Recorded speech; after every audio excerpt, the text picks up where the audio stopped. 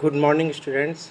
आज हम आपको राजस्व विषय का अर्थ और इसकी क्या क्या उपयोगिता है उसके बारे में समझाएंगे।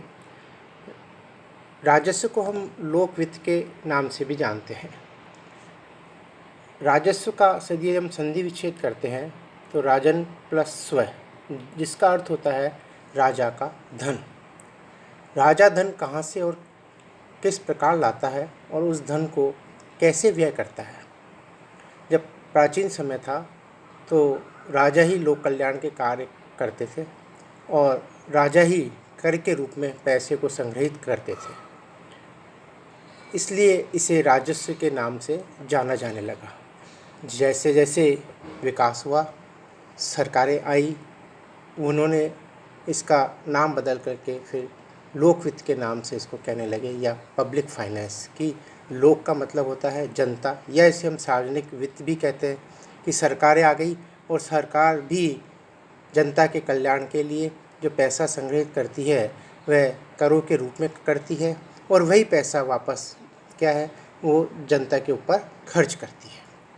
इसलिए इसे हम सार्वजनिक सत्ताओं के आय व्यय संबंधी कार्यों का अध्ययन भी इसके अंतर्गत होता है। विभिन्न राजस्व शास्त्रियों ने राजस्व को भिन्न भिन्न प्रकार से परिभाषित करा है। उनमें से प्रमुख है राजस्व के अंतर्गत लोक सत्ताओं के आय व्यय तथा उनके पारस्परिक समायोजन और समन्वय का अध्ययन होता है, ऐसा प्रोफेसर डॉल्टन ने कहा। राजकीय आय और राजकीय व्यय की प्रकृति एवं सिद्धांतों की खोज को राजस्व कहा जाता है। राजस्व उन साधनों की व्यवस्था, सुरक्षा व वितरण का अध्ययन करता है जिनकी सार्वजनिक कार्यों को चलाने की आवश्यकता पड़ती है।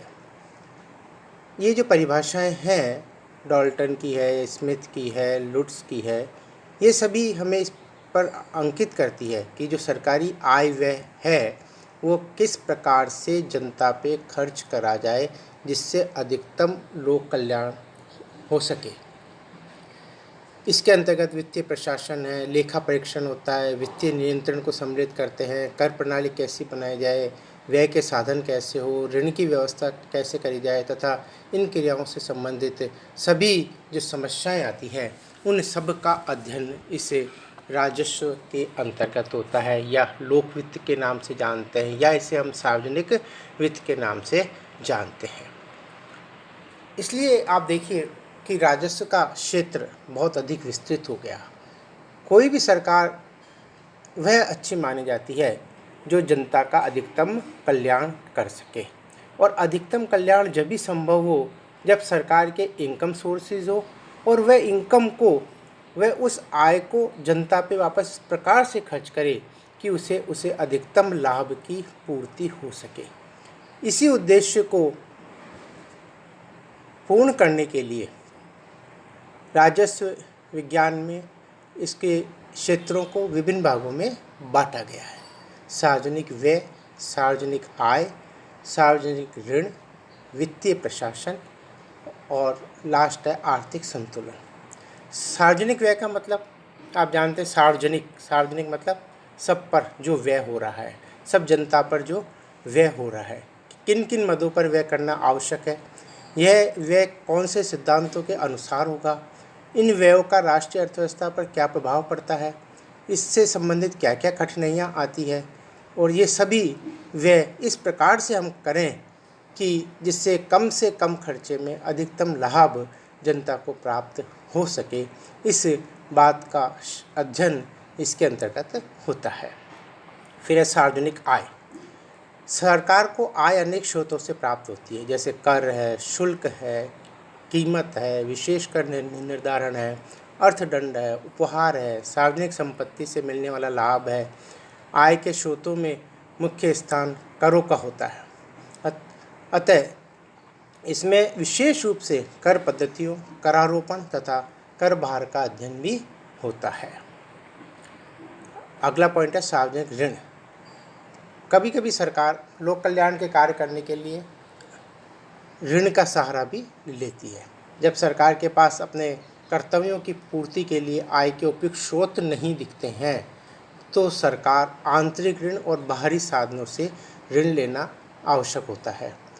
ऐसे ऋणों को ही हम क्या कहते हैं, सार्वजनिक ऋण के नाम से जानते हैं। और वह सार्वजनिक ऋण किन किन सिद्धांतों के आधार पर ऋण लेती है सरकार, किन किन कार्यों के लिए ऋण लिए जाते हैं और किस प्रकार से ऋण लेकर के उस पर ब्याज की दर क्या होगी, इन सब बातों का इसमें अध्ययन होता है। और इन ऋणों का भुगतान कैसे होगा, इस बात का भी इस राजस्व में अंग में सम्मिलित किया जाता है। फिर आता है वित्तीय प्रशासन। इसके अंतर्गत निम्न 3 बातों का अध्ययन होता है। बजट बनाना, कि जो भी सरकार का आय व्यय उसका बजट कंप्लीट बनाया जाता है कि आने वाले सालों में हम किस प्रकार से जो इनकम हो रही है उसको जनता पर खर्च करेंगे। जनता के सूचना उसे प्रकाशित करना, और जब ये सारा काम संपन्न हो तो लास्ट में उसकी ऑडिटिंग भी करवाना कि कहाँ पर ज़्यादा खर्च हुआ, कहाँ कम खर्च हुआ, कौन सी स्थिति में हम अपने टारगेट को प्राप्त नहीं कर पाए। फिर आर्थिक संतुलन। राजस्व के इस अंग के अंतर्गत देश में आर्थिक स्थायित्व लाने के लिए राजकोषीय नीति का उपयोग होता है। इस नीति के माध्यम से आर्थिक व्यवस्था के अंतर्गत सार्वजनिक क्षेत्र के द्वारा एक संतुलन बनाए रखा जाता है और निजी क्षेत्र को इस प्रकार से नियंत्रित करा जाता है कि सार्वजनिक कल्याण की प्राप्ति हो सके। इस प्रकार हम सारांश रूप में कह सकते हैं कि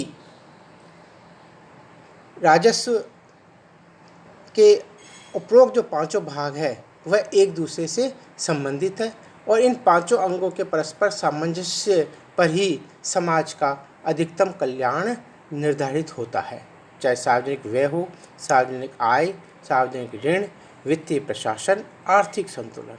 ये सरकार के 5 क्षेत्र है या 5 भाग है जिनमें आपस में कॉम्बिनेशन होने पर ही सरकार अपने लक्ष्य को प्राप्त करके जनता को अधिकतम कल्याण कर सकती है। तो आज के हमारे इस लेक्चर में हमने आपको बताया है कि जो ये लोक वित्त है या जो राजस्व है या जो सार्वजनिक वित्त है, जो राजा का धन है, जो सरकार का धन है, उसको हम किस प्रकार से प्राप्त करें, करों के रूप में जनता से या अन्य स्रोतों के रूप में जनता से, और उसको वापस जनता पर ही वापस हम व्यय करें जिससे उसको आधारभूत सुख सुविधाओं की प्राप्ति हो सके और उसे अधिकतम लाभ की प्राप्ति जो सरकार का मुख्य उद्देश्य होता है वह